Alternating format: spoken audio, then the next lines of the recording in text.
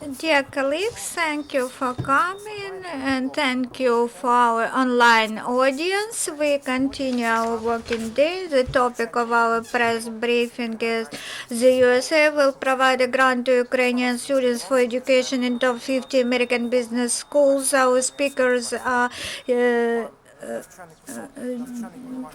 Ambassador of the United States of America in Ukraine, Geoffrey Pyatt, and President and Chief Executive Officer Western NAS Enterprise Fund, Jaroslawa Zelinsky Johnson, and Tychkivskyi, Director of WNISEF Program for Economic Leadership.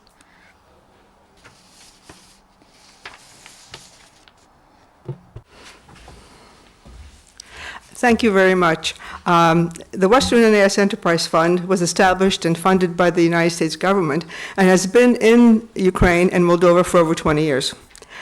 Over our years of operation, we invested $168 million in 118 small and medium enterprises, creating 25,000 jobs.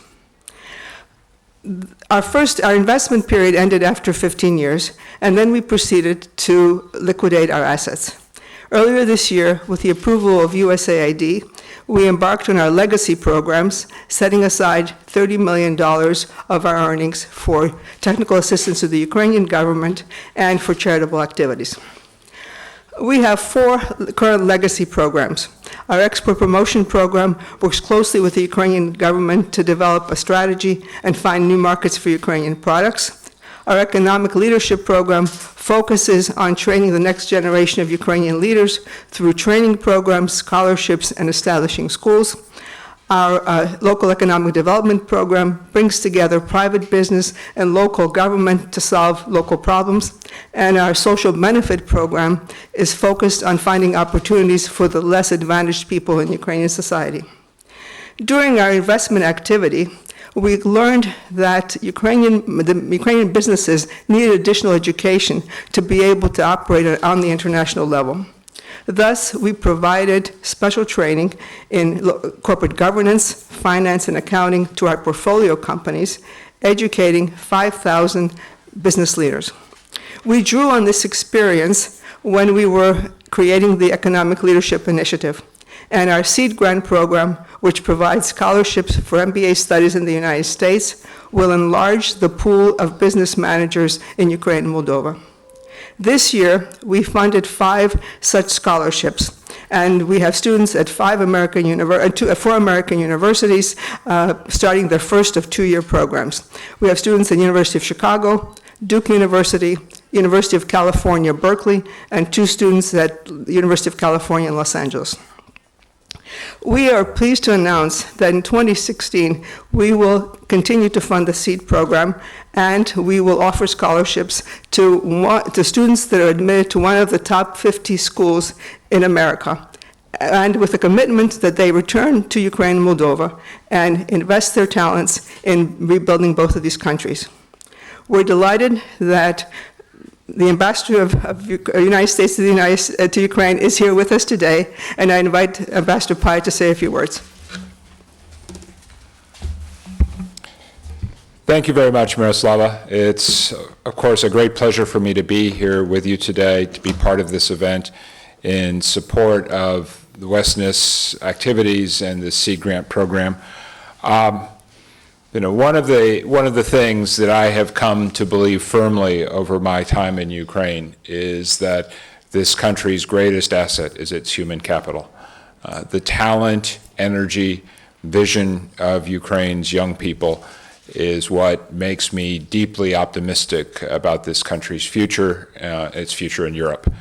I remember more than 2 years ago, my very first speech in Ukraine was given at Kyiv Mohyla Academy.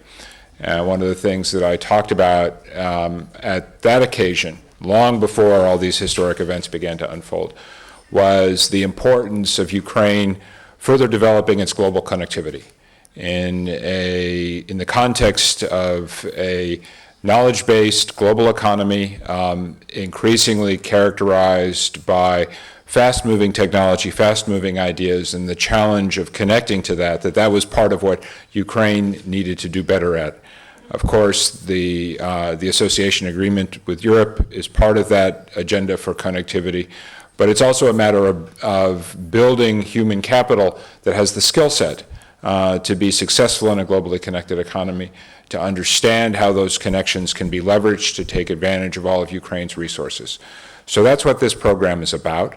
I am extremely proud of how we have leveraged the WNISEF resources to open these opportunities for ultimately dozens of Ukrainian young people to secure MBAs and Masters of Public Administration degrees at some of our most prestigious universities. I'm especially glad to hear from Jaroslawa right now that the first round includes a couple of people going to California. Good on them. And I'm very much looking forward to seeing how this program develops. The other point that I would emphasize to everybody is the degree to which this program and many others like it that we are undertaking in the areas of education and exchange cooperation are a manifestation of the United States' very strong commitment to stand with the people of Ukraine, to stand with the next generation of Ukrainians who are building Ukraine into the modern democratic European state that Ukraine's people deserve. And our commitment to continue helping to empower those who are working so hard to build the kind of Ukrainian democracy that United States policy has long sought to support, but which is today in closer reach than it ever has been before. So again, Jaroslawa, thank you for inviting me to be with you here today. Congratulations on what you've accomplished, but most importantly, good luck with all the work that comes ahead. Thank you, Mr. Ambassador. Дякую, пані Ярославо. Дякую вам, колеги. Thank you, dear colleagues. Програма, I'm a manager and I had this program in the framework of our program. We work with these grants and provide training in 50 top schools of America. If you want to reach changes, we should invest in people, energetic young people. We have young people who realize their potential, and we will see it in the context of the 2 years. Volunteers are everywhere, and we want to motivate these young people to continue their work, that their work is intensive, and they should proceed and continue their effort, and to provide them with opportunity to be educated in business administration and to understand better business practices. And they will study in the best business schools of the United States. These are the best schools of the world, actually. If you take top 10 of world schools, 80 or 70% of them are the schools that are in the United States. And the idea is that these young people will get support from opinion leaders from Ukraine, and we will join our efforts to move our state ahead. Some statistics. Ukraine is not proportionally represented in top business schools. We have about 10 or 15 students who study in the best schools of the world yearly. And students from Poland, they have more students abroad. And other countries also have more students abroad than we have. And those business schools, they provide good opportunities to establish cooperation. And we believe that we should cooperate at the level of schools. Our students will live there, they will study there, and they will give return and they will contribute to Ukraine. We provide $100,000 for students, and we cover expenditures connected with learning, tuition fees, and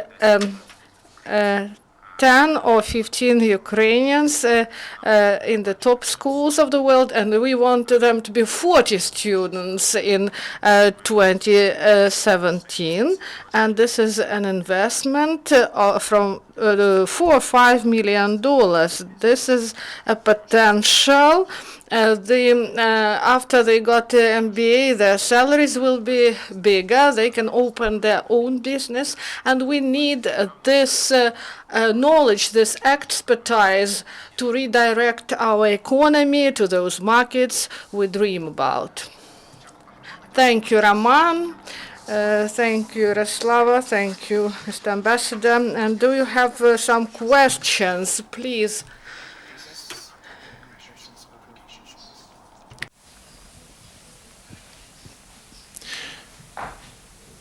Yeah, I see here.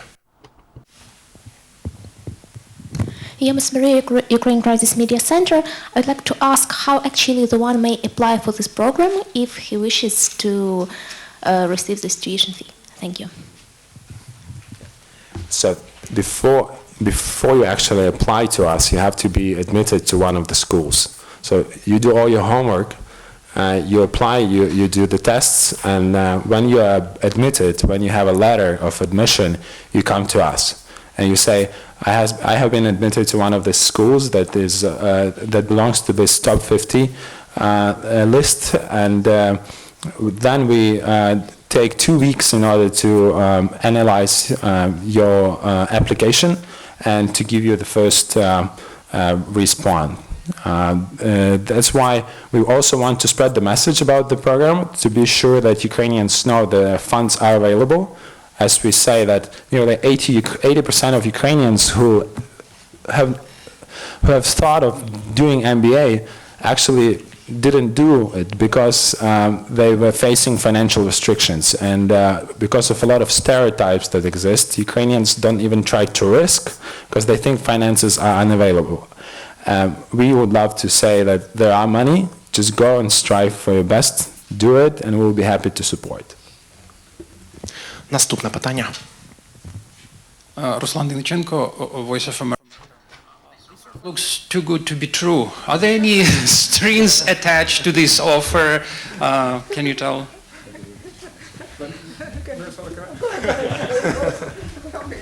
Yeah, I'll let Miroslava give you the expert answer. Let me just say, one of the obligations is to return to Ukraine, and Miroslava can talk about the specific requirements there. But again, this is part of the American investment in building a modern, globally connected, successful Ukraine. And so it is part of our long-term commitment to working with Ukraine, raising the human capital of Ukraine, helping to leverage all the capacity here. And again, the key obligation from our standpoint is you can't move to the U.S. And as much as we welcome talented Ukrainians who contribute to our economy at home, the deal here is you come back to Ukraine and help to build a new country. But let me let Miroslava give you the technical answer to the political one that I offered. There really is no technical answer. We do have the money. The money is in our bank account, and we will be happy to, if a person complies with all the requirements, gets admitted to a top school, takes all the tests before, and gives us a letter, shows us a letter of the university, we'll be happy to review and commit to the scholarship. I think this year, everyone who applied that had met the commitment was given a scholarship. So we obviously are encouraging, 5 is not enough. We think for a country the size of Ukraine, 5 is not enough. And as Roman said, 40 would be better, but maybe we won't get 40, maybe we'll get 20 this year. But I think Ukraine needs economic leaders, well-educated economic leaders, and this is the best way of getting it, at using somebody else's money, provided you agree to come back. Дякую, пані Ярославо. Колеги, чи є ще питання, можливо, уточнення? Do you have some other questions? If there's no questions, thank you for coming. Until the next time. Колеги, я нагадую, I remind you that our next press briefing